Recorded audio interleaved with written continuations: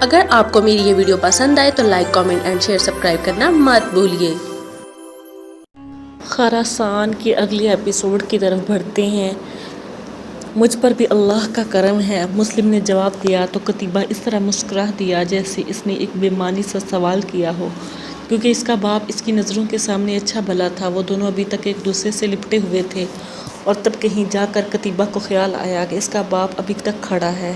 اس نے اپنے باپ کو بٹھایا اور ساتھ ہی خادم کو کھانا لگانے کا کہا، کیونکہ دوپہر کے کھانے کا وقت ہو چکا گیا تھا۔ عبیداللہ بن مسلم، زرار بن حسین اور قتیبہ بن مسلم کے وہ تمام بھائی جو اس وقت مرو میں تھے، مہمان خانے میں موجود تھے۔ مورخین نے قتیبہ بن مسلم کے بھائیوں کو تعداد 11 اور بعض نے 12 بھی بیان کی ہے۔ ان میں سے اکثر مرو ہی مقیم تھے، لیکن عبیداللہ مسلم تو قتیبہ کا گویا دست راست تھا، اس لیے اسے تاریخ میں اس کا ذکر زیادہ ملتا ہے۔ ان کے علاوہ کچھ اعلیٰ عہدیدار اور فوج کے اعلیٰ افسر بھی وہاں اکٹھے ہو چکے تھے۔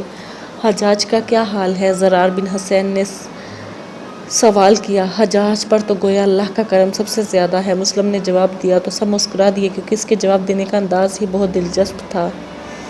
آپ نے اپنے آنے کا مقصد نہیں بیان کیا ابھی تک، قتیبہ بن مسلم نے پوچھا، کیونکہ اس کے خیال میں اس کا باپ حجاج کی طرف سے کوئی بہت ہی اہم پیغام لے کر آیا تھا۔ بس وہاں ایک ہی ماحول میں رہ کر دل اکتا گیا تھا، پھر تم سب لوگوں سے ملے ایک مدت ہو گئی تھی، اس لیے دل نے کچھ زیادہ بےتاب کر دیا، سو میں چلا آیا۔ مسلم نے ایک ہی ساتھ یہ باتیں کہہ دی، لیکن آپ نے اپنے آنے کی اطلاع تو دی ہوتی۔ عبیداللہ بن مسلم نے کہا تو اس کا باپ مسکرا دیا اور مسکراتے ہوئے کہنے لگا، کیا اس طرح تم حیران نہیں رہے؟ اس کی بات یہ سن کر سب مسکرا دیے۔ کچھ دیر وہ اسی طرح باتیں کرتے رہے اور پھر ملازم نے آ کر اطلاع دی کہ کھانا چن دیا گیا ہے، تو وہ سب اسی کمرے میں چلے گئے اور جہاں کھانا چنا گیا تھا۔ کھانا واقعی لذیذ تھا اور سب نے سیر ہو کر کھایا۔ کھانے کے بعد مسلم تو آرام کرنے لگا، جبکہ باقی لوگ اپنے کاموں میں مصروف ہو گئے۔ اپنے باپ کی اس طرح اچانک آمدِ جہاں قتیبہ کو مسلم حیران ہو کر رہی تھی، وہاں وہ خوش بھی تھا، اتنا خوش کہ کوئی کام کرنے کو اس کا دل نہیں چاہ رہا تھا۔ اس لیے وہ بھی آرام کی غرض سے اپنے کمرے میں چلا گیا۔ ویسے بھی وہ کئی مہینوں سے مسلسل مصروف تھا، کبھی حملے کی منصوبہ بندی میں تو کبھی قلعے کی تسخیر کے لیے حکمت عملی طے کرنے میں، اور اسے اب کچھ آرام کی ضرورت تھی۔ بیکند کی مہم سے واپس آ کر بھی وہ آرام سے نہیں بیٹھ گیا تھا، بلکہ کسی نہ کسی کام میں مصروف رہا تھا، اور اب اس کے جسم کی حالت آرام کا تقاضا کر رہی تھی، لیکن وہ ابھی آرام نہیں کرنا چاہتا تھا، کیونکہ ابھی اسے بہت کچھ کرنا تھا۔ یہ تو اس کے باپ کی اچانک آمد نے اسے آرام پر آمادہ کر لیا تھا، ورنہ وہ کبھی آرام کا خواہش مند نہ تھا۔ اب تو سویا تو بہت دیر سوتا ہی رہا، جب وہ اٹھا تو رات گہری ہو گئی تھی، لیکن اس کی طبیعت کا سارا غبار دھل گیا تھا اور وہ خود کو ہلکا پھلکا محسوس کرنے لگا تھا۔ دروانِ خزاں کے سامنے ایک شخص موجود تھا۔ دروانِ خزاں بخارا کا بادشاہ تھا۔ اس نے 2 آدمیوں کو قتیبہ کے قتل کے لیے روانہ کیا تھا، لیکن دونوں خود قتل ہو گئے تھے۔ اسے امید تھی کہ قتیبہ جلد ہی قتل ہو جائے گا، لیکن ان آدمیوں کو گئے 2 مہینے گزر گئے اور ان کی طرف سے کوئی اطلاع نہیں آئی تھی۔ ان کی طرف سے اطلاع آتی بھی تو کیسے، وہ تو خود قبروں میں اتارے جا چکے تھے۔ اب دروانِ خزاں کو تشویش ہونے لگی، اس لیے اس نے ایک بندے کو مرو بھیجا تھا وہ ان دونوں کا پتہ لگا کر آئے، لیکن وہ شخص ان کا پتہ کیسے لگاتا؟ وہ دونوں اور وہ لڑکی جسے وہ روانِ خزاں کے حرم سے بھگا کر لے گئے تھے، قتل ہو چکے تھے، اور یہ سب زرار بن حسین اور عبیداللہ کا کارنامہ تھا۔ اس شخص نے ان دونوں کو بہت تلاش کیا، لیکن جب ان کا کچھ پتہ نہ چلا تو وہ واپسی کی تیاریاں کرنے لگا۔ تب اتفاق سے اس سرائے کا مالک مل گیا جس میں دونوں اس لڑکی کے ساتھ ٹھہرے تھے۔ اس شخص نے حلیہ بتا کر پوچھا کہ ایسے 2 آدمی مرو آئے تھے، ان کے بارے میں معلومات مل سکتی ہے؟ تب سرائے کے مالک نے کہا، ہاں، ایسے 2 آدمی میری سرائے میں ٹھہرے تھے اور ان کے ساتھ ایک لڑکی بھی تھی۔ لڑکی اس آدمی کے لہجے میں حیرت تھی، ہاں، اور ان تینوں کو قتل کیا جا چکا ہے، اور اس کے ساتھ ہی سرائے کے مالک نے اسے تمام تفصیل سنا دی۔ آخر میں وہ کہنے لگا، مگر تمہیں ان سے کیا کام؟ ان میں سے ایک بڑا بھائی تھا۔ بڑا بھائی، اس نے ایک لمحے کے لیے تو سمجھا کہ اسے کہیں بھی پکڑ نہ لیا جائے، لیکن اس کے لہجے نے سرائے کے مالک کو متاثر کر دیا تھا اور اس کے چہرے پر ہمدردی کے تاثرات ابھر آئے تھے، جسے اس شخص نے بھی محسوس کیا تھا، اور اس نے ایک اطمینان بھرا سانس لیا جسے سرائے کا مالک غم سے بھرپور سسکی سمجھ کر نظر انداز کر گیا۔ پھر وہ شخص مرو سے روانہ ہو گیا اور سیدھا بخارا دروانِ خدا کے پاس پہنچا۔ وہ اس کے سامنے بیٹھا تھا اور اسے تمام صورتحال سے آگاہ کر رہا تھا، اور عالی مقام وہ کہہ رہا تھا، ان دونوں کے ساتھ ایک لڑکی بھی تھی، اس سرائے کے مالک نے بتایا ہے۔ کیا وہ لڑکی کسی لڑکی کو ساتھ لے کر گئے تھے؟ دروان خزاں نے حیرت سے پوچھا، کیونکہ اس کے علم کے مطابق وہ صرف دونوں ہی مرو روانہ ہوئے تھے۔ جی جناب والا، مجھے شک ہے کہ یہ وہی لڑکی تھی جو چند ماہ پہلے آپ کے حرم سے اغوا ہوئی تھی۔ تمہیں یہ شک کیسے ہوا؟ دروان خزاں نے اسے دیکھا۔ میں نے اس سے اس لڑکی کا حلیہ پوچھا تو وہ بالکل حرم کی اغوا شدہ لڑکی روزی سے ملتا تھا، اس نے جواب دیا۔ تو دروان خزاں ایک بار پھر سوچ میں گم ہو گیا، کچھ دیر اسی حالت میں بیٹھا رہا، پھر سر اوپر اٹھا کر اس شخص سے کہنے لگا، اچھا ہوا کہ وہ تینوں ہی مر گئے، اب تم جاؤ، مجھے کچھ سوچنے دو، مجھے امید ہے جو میں سوچ رہا ہوں اس کو عملی جامہ پہنانے کے لیے تمہاری ضرورت پڑے گی۔ دروان خدا نے کہا تو وہ شخص اٹھا اور مؤدبانہ انداز میں کہنے لگا، عزت مآب، یہ میرے لیے اعزاز کی بات ہوگی کہ آپ کا کوئی حکم بجا لا سکوں۔ وہ جھکا اور پھر سیدھا ہو گیا۔ اس کے قدم دروازے کی طرف اٹھنے لگے۔ قتیبہ بن مسلم کی فوج میں ایک کماندار تھا، شجاعت میں اپنی مثال آپ تھا، بہادر، اتنا کہ میدان جنگ میں دیکھنے والے اسے اس جگہ پر پاتے جہاں دشمن کے حملے کی شدت سب سے زیادہ ہوتی تھی۔ وہ 1000 سواروں کا کماندر تھا، سب لوگ اسے ابو موسیٰ کہہ کر پکارتے تھے۔ اس کے 3 بیٹے تھے، ان میں سے 2 تو 12 اور 15 سال کی عمروں کے درمیان تھے، جبکہ ایک جو سب سے چھوٹا تھا 5 سال کا تھا۔ ابو موسیٰ کو اس سے بہت محبت تھی، اس لیے وہ اسے ایک لمحے کی جدائی بھی برداشت نہیں کرتا تھا۔ جب وہ فوج کے ساتھ کسی مہم پر جاتا تھا تو اپنی بیوی کو اس کے بارے میں خاص تاکید کر کے جاتا تھا۔ جو سال آدمی تھا وہ بہت خوب روح تھا۔ ایک دن وہ اپنے چھوٹے بیٹے کے ساتھ صبح گھر سے نکلا تو پھر واپس نہیں آیا۔ وہ اپنی بیوی کو کہہ کر گیا تھا کہ دوپہر سے پہلے واپس آ جائے گا، لیکن اب سپہر ہونے کو آئی تھی، لیکن وہ دونوں لوٹ کر نہیں آئے تھے۔ اس لیے اس کی بیوی کی پریشانی بڑھنے لگی، مگر وہ یہ کہہ کر دل کو تسلی دیتی رہی کہ کسی کام میں مصروف ہو گئے ہوں گے، رات تک واپس آ جائیں گے۔ لیکن پھر رات آئی اور بھی گزر گئی، مگر دونوں باپ اور بیٹا لوٹ کر نہیں آئے۔ اب تو اس کی بیوی اور دونوں بیٹے حد درجے سے پریشان ہو گئے تھے۔ رات تو ان لوگوں نے جیسے تیسے گزار لی، مگر صبح ہوتے ہی ابو موسیٰ کی بیوی اپنے بڑے بیٹے کے ساتھ وقیع کے پاس پہنچ گئی۔ وقیع بنی تمیم کا سردار تھا۔ داستان کو پہلے بیان کر چکا ہے کہ قتیبہ بن مسلم کی فوج کی ایک بڑی خصوصیت یہ تھی کہ فوج کے مختلف دستوں کی ترتیب عرب قبائل کے حساب سے دی گئی تھی، اور یہ ترتیب قتیبہ بن مسلم نے دی تھی۔ ایک دستے میں ایک قبیلے کے لوگ ہوتے تھے، ہر دستے کا کمانڈر اس قبیلے کا کوئی شخص ہوتا تھا۔ اکثر دستوں کے کمانڈر اس قبیلے کے سردار تھے۔ اسی طرح ابو موسیٰ کا تعلق بنی تمیم سے تھا۔ اس کے ماتحت 1000 سوار تھے، جبکہ تمام بنی تمیم کا کمانڈر وقیع تھا، جو بنی تمیم کا سردار بھی تھا۔ ابو موسیٰ کی بیوی اپنے بڑے بیٹے کے ساتھ صبح ہی وقیع کے گھر پہنچ گئی۔ وقیع کو اطلاع دی گئی کہ ابو موسیٰ کی بیوی اپنے بیٹے کے ساتھ آئی ہے، تو وہ دوڑ آیا۔ اسے قتیبہ بن مسلم نے بلایا تھا اور وہ اس کے پاس جانے کی تیاری کر رہا تھا، مگر جب اسے ابو موسیٰ کی بیوی کی آمد اطلاع ملی تو وہ فوراً ان کے پاس پہنچ گیا۔ وہ ابو موسیٰ کو جانتا تھا اور اس کی بہادری کی وجہ سے اس کی قدر کرتا تھا۔ ابو موسیٰ کی بیوی کو مہمان خانے میں بٹھایا گیا۔ وقیع جب مہمان خانے میں داخل ہوا تو ابو موسیٰ کی بیوی نے اسے سلام کیا۔ اس نے سلام کا جواب تو دے دیا، لیکن ابو موسیٰ کی بیوی کا لہجہ اور اس کا چہرہ اس بات کی چغلی کھا رہا تھا جیسے اس نے تمام رات آنکھوں میں کاٹی ہو اور بہت پریشان ہو۔ یہ بات وقیع محسوس کے بغیر نہ رہ سکا، کیسے آئی ہو؟ اس نے نرم سے لہجے میں پوچھا۔ دراصل اسے جلدی تھی، کیونکہ اسے قتیبہ کے پاس پہنچنا تھا۔ اے بنی تمیم کے سردار، ابو موسیٰ کی بیوی نے وقیع سے کہا، کچھ اس شخص کی بھی خبر لیں جو 1000 سورماؤں کے لیے کافی ہے۔ ابو موسیٰ کی بیوی نے خالص عربی انداز میں، جس سے پریشانی جھلک رہی تھی، کس کی بات کرتی ہو؟ وقیع نے نہ سمجھتے ہوئے پوچھا۔ اس کی جس کو شریعت نے میرا خاوند بنایا ہے، ابو موسیٰ کی بیوی کہنے لگی۔ اس کی بات سن کر وقیع پریشان سا ہو گیا، مگر پھر خود سنبھالتے ہوئے کہنے لگا، کیوں، کیا ہوا ہے اسے؟ وہ کل صبح اپنے چھوٹے بیٹے کے ساتھ نکلا تھا، کہہ کر گیا تھا کہ دوپہر سے پہلے واپس آ جائے گا، مگر اب ایک سورج ڈوب کر دوسرا سورج بھی نکل آیا ہے، مگر اس کا کچھ پتہ نہیں۔ اس بات نے وقیع کی پریشانی میں اضافہ کر دیا۔ وہ اندر سے پریشان ہو گیا تھا، کیونکہ ابو موسیٰ جیسے شخص کی گمشدگی، جو اس کے قبیلے کی آنکھ کا تارا تھا، کیسے گوارا ہو سکتی تھی۔ وہ اس کی بیوی کو تسلی دیتے ہوئے کہنے لگا، تم گھر چلو اور دیکھو، پریشان مت ہونا، میں جلد ہی اس کی تلاشی شروع کروا دیتا ہوں، اور اللہ نے چاہا تو وہ جلد ہی مل جائے گا۔ جس وقت وقیع ابو موسیٰ کی بیوی سے یہ باتیں کر رہا تھا، اس وقت ابو موسیٰ مرو سے بہت دور اونٹ کی پیٹھ پر بیٹھا ہوا تھا۔ اس کے دونوں ہاتھ بندھے ہوئے تھے، جبکہ اس کے ساتھ ہی اس کے ایک چھوٹے بیٹے کو باندھ کر بٹھایا گیا تھا۔ وہ جب اپنے گھر سے نکلا تھا تو اس کا رخ ایک نواحی قصبے کی طرف تھا جو مرو سے باہر تھا۔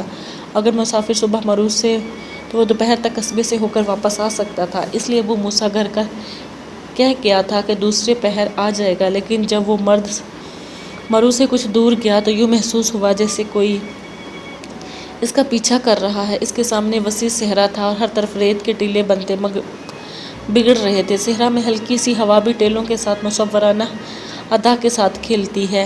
اس کا بیٹا تو ہوا کی اس مصورانہ ادا کو دیکھتا ہوا محفوظ ہو رہا تھا، لیکن وہ اس احساس سے پریشان ہو رہا تھا کہ اس کا پیچھا کیا جا رہا ہے۔ وہ پیچھے مڑ کر نہیں دیکھنا چاہتا تھا، کہیں پیچھا کرنے والے اس کو کوئی نقصان نہ پہنچا دے۔ اس نے بہت ضبط سے کام لیا کہ پیچھے نہ دیکھے، لیکن وہ اس بات کی تصدیق کرنا چاہتا تھا کہ واقعی اس کا پیچھا ہو رہا ہے یا نہیں۔ آخر جب اس سے رہا نہ گیا تو اس نے پیچھے مڑ کر دیکھا، لیکن دور تک سوائے ریت کے اسے کچھ نظر نہ آیا۔ وہ قدرے مطمئن ہو کر آگے بڑھا۔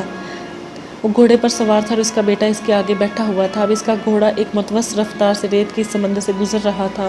وہ مطمئن تو ہو گیا تھا، لیکن اس کا پیچھا نہیں کیا جا رہا، مگر اس کی چھٹی ہی اسے بار بار خطرے کا پیغام دے رہی تھی۔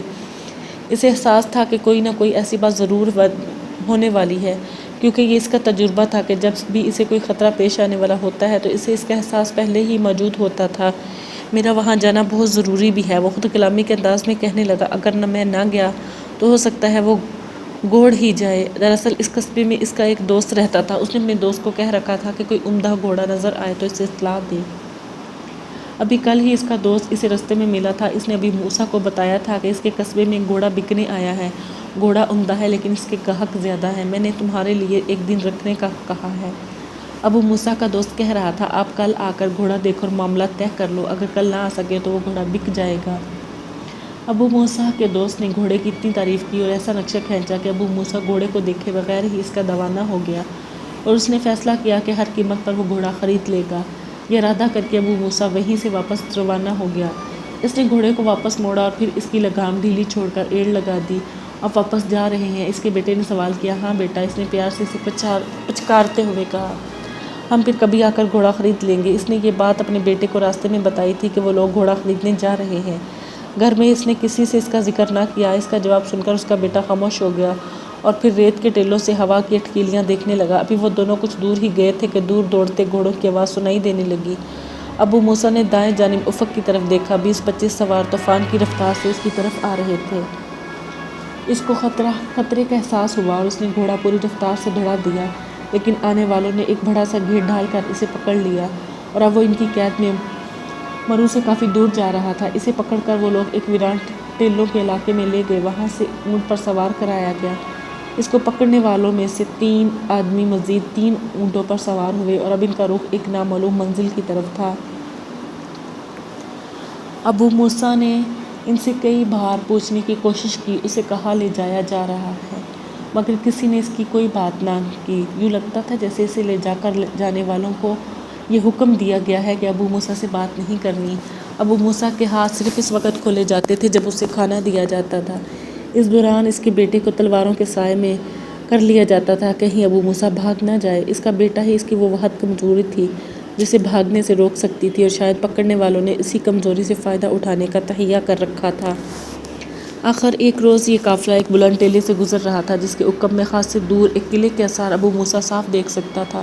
یہ کون سی جگہ ہو سکتی ہے؟ اس نے خود سے سوال کیا۔ یہ قلعہ اسے خاصا عجیب سا لگ رہا تھا، کیونکہ آس پاس نہ کوئی آبادی تھی اور نہ ہی لوگ اس کے ارد گرد نظر آ رہے تھے۔ ابھی وہ لوگ قلعے سے خاصی دور تھے، اس لیے ابو موسیٰ یہ اندازہ نہ کر سکا کہ یہ قلعہ دراصل ایک کھنڈر ہے۔ قلعے کی دیوار ابھی تک سلامت تھی، مگر اندر کی عمارتوں میں سے اکثر منہدم ہو چکی تھی۔ جب قلعے کے آثار اور نقوش ذرا واضح ہوئے تو ابو موسیٰ کو اندازہ ہوا کہ یہ کھنڈر ہے۔ یہ قلعہ کسی زمانے میں آباد ہوتا تھا، لیکن پھر ایک جاں بحر بادشاہ نے اس قلعے کو فتح کیا اور یہاں کے مکینوں کو بے دردی سے قتل کر دیا۔ اس نے اس قلعے کو دیگر بادشاہوں کی طرح منہدم نہ کروایا تاکہ یہ اس کی فتح کی یادگار کے طور پر باقی رہے، اور یہ قلعہ ابھی تک باقی تھا اور اس کے ظلم و زیادتی کی کہانیاں خاموش زبان سے سنا رہا تھا۔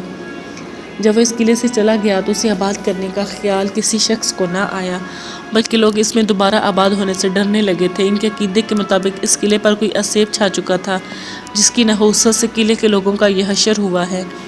اب ابو موسیٰ کو پکڑ کے لے جانے والے اسی قلعے میں لے کر جا رہے تھے۔ وہ لوگ بھی ان تمام واقعات سے واقف تھے جو اس قلعے سے منسوب کیے جاتے تھے، لیکن وہ تو یہاں کافی عرصے سے ڈیرا ڈالے ہوئے تھے اور انہیں اس قسم کا کوئی واقعہ پیش نہ آتا تھا جس سے وہ کسی اسیبی قوت سے ڈرنے لگتے تھے۔ اس قلعے میں دراصل جرائم پیشہ لوگوں کا ایک بہت بڑا گروہ آباد تھا۔ یہ لوگ چاروں جو بھی تھے لیکن چوری، ڈاکے اور اغوا کے کاموں میں بہت ماہر تھے۔ قافلے لوٹتے تھے اور ان لٹے ہوئے قافلوں سے جواں سال لڑکیاں اغوا کر کے بھاری داموں فروخت کرتے تھے۔ بچوں اور تندرست جو ان لوگوں کو غلام بنا کر بیچ دیتے تھے، جبکہ لاچاروں اور کمزوروں کو قتل کر دیتے تھے۔ اس کے علاوہ اجرت کے عوض کوئی بھی ان سے غیر قانونی اور غیر اخلاقی کام کروا سکتا تھا۔ یہ لوگ اپنا کام کرنے میں اس حد تک ماہر تھے کہ ان کا ایک بھی آدمی آج تک پکڑا نہیں جا سکا تھا۔ شاید اس کی وجہ یہ تھی کہ ان کی زیادہ تر سرگرمیاں اس ویران علاقے میں ہوا کرتی تھی۔ وہ 3 افراد ابو موسیٰ اور اس کے بیٹے کو لے کر اس کے قلعے میں آ گئے۔ قلعے کے اندر موجود عمارتوں میں سے اکثر کھنڈروں میں تبدیل ہو چکی تھی، جبکہ کچھ عمارتیں ابھی تک سلامت تھیں، اور ان سلامت عمارتوں میں ان ڈاکوؤں اور لٹیروں نے ڈیرا ڈال رکھا تھا۔ اور راہ پر چلتے یہ بات ابو موسیٰ نے خاص طور پر محسوس کی۔ ابو موسیٰ اور اس کے بیٹے کو لے جا کر ایک بڑے کمرے میں بند کر دیا گیا۔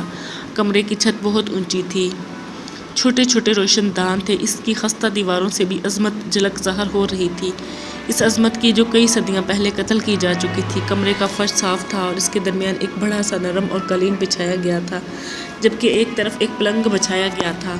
ابو موسیٰ اور اس کا بیٹا پریشان نگاہوں سے ماحول کو دیکھ رہے تھے۔ چھت سے لٹکتے بڑے بڑے جالے اس کمرے کے تھوڑے سے باقی ماندہ حصے کو نہ صرف مانند کر رہے تھے بلکہ ماحول پر ایک پر اسرار سا تاثر پیدا کر رہے تھے، اور یہ تاثر ابو موسیٰ کے بیٹے کو کمرے کا جائزہ لے رہا تھا۔ اس نے اپنے سہمے ہوئے بیٹے کو دیکھا تو پیار سے اسے گود میں اٹھا لیا اور لے جا کر پلنگ پر بٹھا دیا۔ وہ خود اس کے سامنے ٹانگوں پر وزن ڈال کر بیٹھ گیا اور اس کے دونوں ہاتھ اپنے ہاتھوں میں تھام کر اسے دلاسا دیتے ہوئے بولا، میرا بیٹا ڈر گیا، یہ ہم کہاں آ گئے ہیں ابھی؟ اس کے بیٹے نے پوچھا۔ اس کے بچے اسے ابھی کہہ کر پکارتے تھے، تم فکر نہ کرو، اللہ نے چاہا تو ہم جلد ہی یہاں سے نکل جائیں گے۔ اس نے اپنے بیٹے کو تسلی دیتے ہوئے کہا، حالانکہ اندر سے وہ خود پریشان تھا، اور پریشانی کی وجہ یہ تھی کہ اسے اغوا ہوئے دوسرا ہفتہ تھا اور اسے ابھی تک پتہ نہ چلا تھا کہ اسے کس مقصد کے لیے اغوا کیا گیا ہے، اور نہ ہی اسے یہ پتہ تھا کہ اسے اغوا کرنے والا کون ہے۔ تم ڈرو گے تو نہیں؟ اس نے بیٹے کے چہرے کو دونوں ہاتھوں سے تھام لیا۔ دیکھو، ایسے حالات میں ڈرتے نہیں بلکہ ہمت سے کام لیتے ہیں اور اللہ سے دعا کرتے ہیں۔ تم اللہ سے دعا کرو، شاید وہ تمہاری معصوم دعا سن لے۔ ادھر ابو موسیٰ اپنے بیٹے سے باتیں کر رہا تھا، ادھر اسے لانے والے تینوں آدمی ایک کمرے میں بیٹھے ہوئے تھے۔ ان کے سامنے ایک چوتھا آدمی بھی موجود تھا۔ یہ وہ آدمی تھا جس نے دروان خزاں کو اطلاع پہنچائی تھی کہ اس نے جن آدمیوں کو قتیبہ کے لیے قتل کے لیے بھیجا تھا وہ مارے جا چکے ہیں۔ اب دروان خزاں کے حکم سے ہی ان لوگوں نے پاس آیا تھا اور انہیں بھاری رقم دے کر قتیبہ بن مسلم کے اس کماندر کو اغوا کروایا تھا۔ اس طرح ایک ہفتہ مرو میں گزرا تھا اور قتیبہ کی فوج کے سالاروں اور کمانداروں پر نظر رکھی تھی کہ ان میں سے کون اس کے مطلب کا آدمی ہو سکتا ہے۔ ایک ہفتے کی تلاش کے بعد اس کی نظر ابو موسیٰ پر آ کر ٹھہر گئی۔ اسے جس کام کی تکمیل کے لیے بھیجا گیا تھا، اس کے لیے ابو موسیٰ سے بہتر کوئی آدمی نہیں ہو سکتا تھا۔ وہ بہادر تھا، شجاع تھا اور سب سے بڑھ کر اپنے دستے میں ہر دل عزیز تھا، اس لیے وہ اسے اپنے مقاصد کے لیے استعمال کر سکتا تھا، بشرطیکہ کہ وہ اپنے ابو موسیٰ کو شخصیت اپنے انداز میں ڈھالنے میں کامیاب ہو جاتا۔ اس کام کے لیے کچھ وقت درکار تھا۔ دراصل اسے دروان خزاں نے اس مقصد کے لیے بھیجا تھا کہ وہ کس طرح قتیبہ بن مسلم کی فوج میں بغاوت کروا دے۔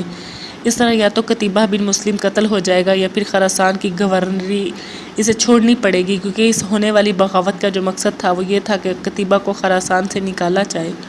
اور سن لو، دروان خزاں نے اس شخص کو آخری ہدایات دیتے ہوئے کہا، اگر تم یہ بغاوت کرنے میں کامیاب ہو جاؤ تو باغیوں کو معلوم ہے کیا نعرہ دینا آپ حکم کریں گے۔ نعرہ باغیوں کو دینا میرا کام ہے۔ اس نے جواب دیا تھا، یہ نعرہ دینا کہ قتیبہ ایک بدکردار حاکم ہے، اس لیے اسے مسلمانوں پر حکومت کرنے کا کوئی حق نہیں۔ اس طرح امید ہے کہ قتیبہ کا سحر ختم کیا جا سکے گا، اور کچھ بھی نہ ہو تو کم از کم یہ ضرور ہوگا کہ اس کی فوج آپس میں لڑ کر کمزور ہو جائے گی اور وہ ایک عرصے تک اٹھنے کے قابل بھی نہیں رہے گی۔ یہ دروان خزاں کہہ رہا تھا۔ اب وہ آدمی قلعے میں ان تینوں کے سامنے موجود تھا جو ابو موسیٰ کو اغوا کر کے لائے تھے۔ وہ ان سے پوچھ رہا تھا، اسے اغوا کرنے میں کوئی مشکل تو پیش نہیں آئی؟ مشکل کیسی؟ اغوا کرنے والوں میں سے ایک جواب دیا، وہ تو اس طرح ہمارے ہاتھ آ گیا جس طرح پرندہ شکاری کے جال میں پھنس جائے۔ اب تمہیں فکر کی ضرورت نہیں، تمہیں تمہارا معاوضہ کل تک مل جائے گا۔ وہ شخص بولا، پہلے کبھی تمہارے کسی کام کے معاملے میں معاوضے کی فکر ہے؟ نہیں، پھر بھی یہ فرض ہے تمہارا معاوضہ وقت پر دوں۔ اس شخص نے کہا ویسے اگر ان دونوں باپ بیٹا کو اسی جگہ رکھو تو اس نے باپ ادھوری چھوڑ دی۔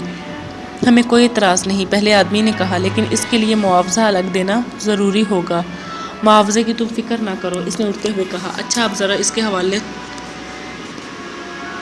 اچھا اب ذرا اس کے پاس تو لے چلو، اس نے کہا۔ وہ تینوں اس کے کمرے تک آئے جس میں ابو موسیٰ کو بند کیا گیا تھا۔ اس وقت ابو موسیٰ پلنگ پر بیٹھا نہ جانے کن خیالوں میں گم تھا۔ اس کا بیٹا سو چکا تھا۔